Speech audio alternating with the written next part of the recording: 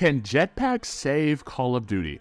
Let's talk about it. So I feel like this has been a reoccurring topic of discussion, especially with the movement in Modern Warfare 2, how it's a lot slower than the Call of Duties we're used to. The movement isn't as fluid. Slide canceling is no longer a thing. So some people have kind of been leaning more towards, hey, let's bring back the jetpacks and that fast-paced movement. Especially because the developers of the next Call of Duty 2023, will be Sledgehammer, the same people who produce Advanced Warfare. So it is a very real possibility that jetpacks could have a possible return into Call of Duty. And me personally, I would love to see that. Those exo movement Call of Duties, jetpacks, and so on and so forth were some of my favorite games. Black Ops 3 especially.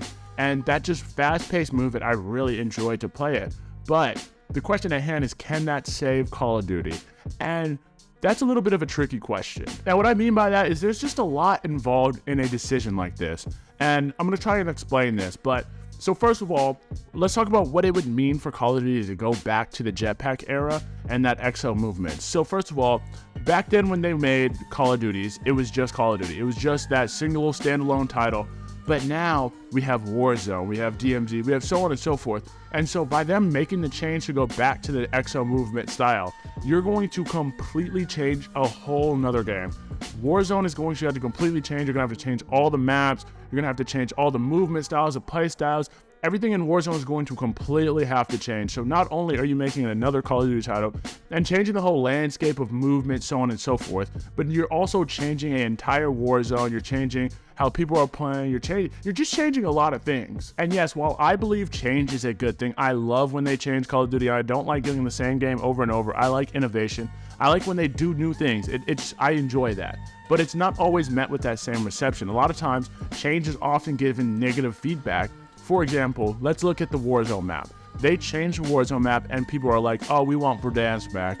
We don't like this map. We rather have the old. And I can honestly go on and list a whole bunch of times where Call of Duty changed something and it was met with negative reception. And that's just a common trend. Like anytime they change something in Call of Duty, it's met with negative reception. And I would almost compare the Call of Duty community to the baseball of gaming, because anytime you change something in baseball, people absolutely hate it on. Like if it was up to them, baseball would be the same game it was back in the 90s. And that's the same with Call of Duty. Like if it was up to the majority or a good amount of the community, Call of Duty would be the same game that it was in like the early 2000s. And yes, while I love the time period of Call of Duty, like some of my favorite games came out of that time period, like Black Ops 2, Black Ops 4, so on and so forth. Like if those games were to be released today, like people would absolutely destroy it. Like the movement in those games were very minimal. Like you had dolphin diving and that's it. Like the main movement strategy was either a scuff jump or a drop shot. Like there was no slide canceling. There was no like super meta for movement and doing all these like you weren't doing all that. It was simply gunplay and that's it. And if that game were to be released with just gunplay, people would hate it. Like the fact that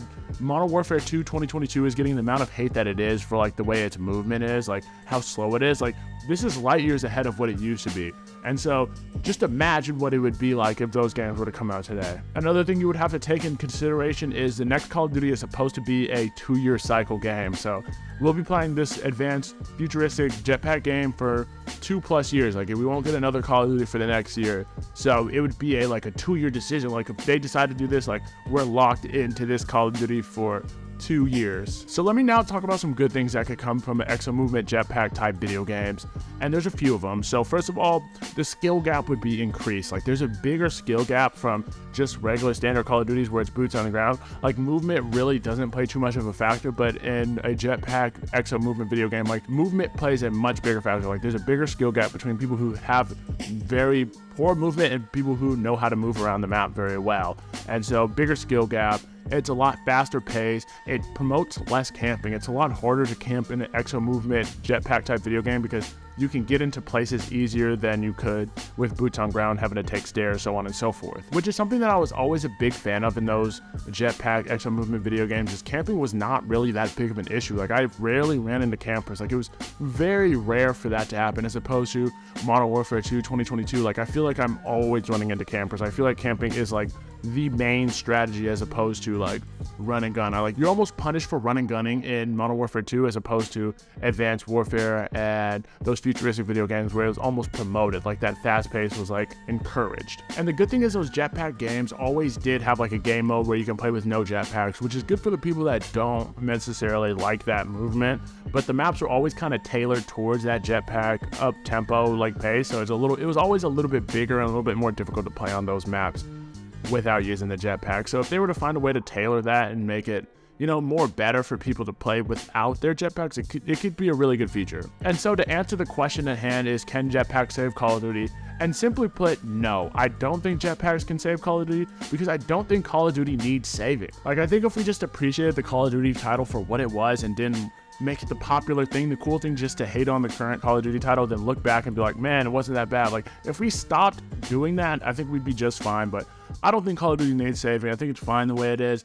Each game is different, and we just have to be more receptive to change, and I think we'd be fine. But yes, I would love to see an Advanced Warfare jetpack type game mode. I think it would change the game. It'd be good. But yeah, that's pretty much it for this video. Let me know down below. Would you guys want a Exo Movement jetpack video game, or do you want to keep the movement the way it is?